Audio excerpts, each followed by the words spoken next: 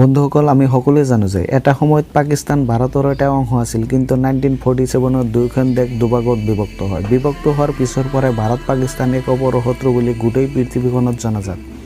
ভাৰতে পাকিস্তানক সদায় দোষাৰোপ কৰে যে পাকিস্তান ভাৰত বিৰোধী সন্ত্ৰাসবাদীসকলক আশ্ৰয় দি ৰাখিছে।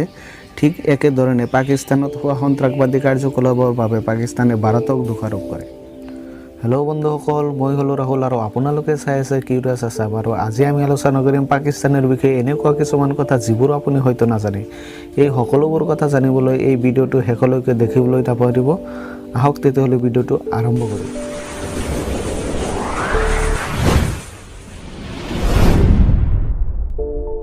পাকিস্তান ভাৰতৰ পৰা 14 আগষ্ট 1947 বিভক্ত হয় আৰু 1957 মুছলিম গণৰাজ্য হিচাপে গঠিত হয়।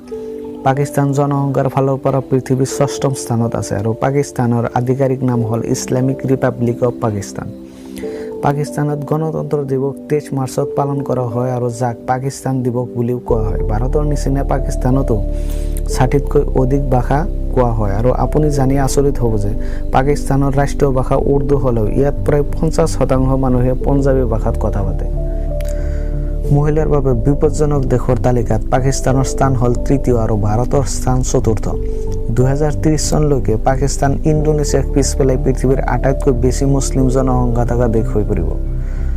1965 চনত কাশ্মীৰক লৈ ভাৰত আৰু পাকিস্তানৰ মাজত দ্বিতীয়খন যুদ্ধ হৈছিল আৰু এই 17 দিনলৈকে চলা যুদ্ধটোত দুয়োখন দেশৰে হাজাৰ হাজাৰ সৈনিকৰ মৃত্যু হৈছিল।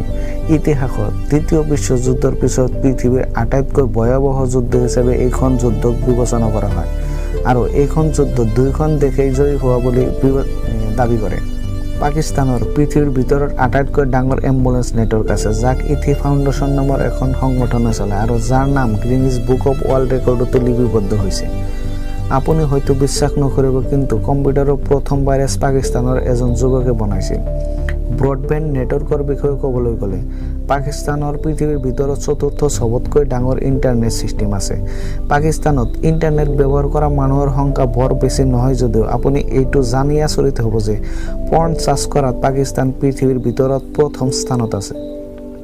পাকিস্তানত প্ৰত্যেক 7 ছেকেণ্ডত এজন নৱজাতকৰ জন্ম হয়। পাকিস্তানক বিদ্ৰোহী গতিবিধি বিয়পোৱাৰ বাবে আৰু সন্ত্ৰাসবাদী সংগঠনৰ লগত জড়িত হোৱাৰ কাৰণে পৃথিৱীৰ আটাইতকৈ বিপদজনক দেশৰ তালিকাত গণনা কৰা হয়।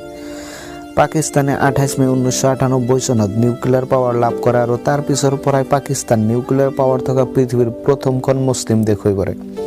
এদিনত আটাইতকৈ বেছি বৃক্ষ ৰোপণ কৰা ৰেকৰ্ডো পাকিস্তানৰ হাতত আছে। পাকিস্তানত এদিনত 60,50,000 গছ ৰোপণ কৰি বিশ্ব ৰেকৰ্ড কৰা হয়।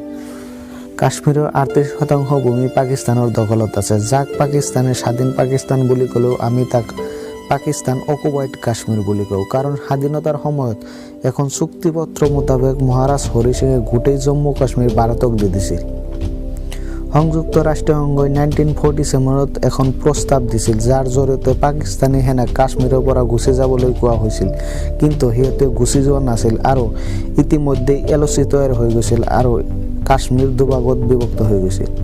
পাকিস্তান এখন বুদ্ধিমান দেশ হ'লেও দুৰ্নীতি আৰু ভ্ৰষ্টাচাৰ ইয়াক ভিতৰৰ পৰা খোকলা কৰি আছে। যেতিয়াই পাকিস্তান এইবোৰৰ পৰা বাহিৰ হ'ব পাৰিব, তেতিয়া পাকিস্তানো হয়তো পৃথিৱীৰ শীৰ্ষ দেশবোৰৰ ভিতৰত এখন হ'ব। আমি সকলো দেশ সন্ত্ৰাসমুক্ত হোৱাটো বিচাৰোঁ আৰু পৃথিৱীখন সন্ত্ৰাসমুক্ত দুৰ্নীতিমুক্ত হোৱাটো কামনা কৰোঁ। বন্ধুসকল, আজিলৈকে ইমানেই। আৰু যদি আপোনালোকক মোৰ ভিডিঅ'টো অলপ হ'লেও ভাল লাগি থাকে, তেতিয়াহ'লে ভিডিঅ'টো এটা লাইক কৰি দিব আৰু এনেকুৱা ভিডিঅ' আগলৈকে দেখি থাকিবলৈ কিউৰিয়াছ আছাম চেনেলক এতিয়াই ছাবস্ক্ৰাইব কৰি লওক আৰু লগতে কাষত থকা বেল আইকনখন বজাই দিবলৈ নাপাহৰিব। ধন্যবাদ। জয় অসম।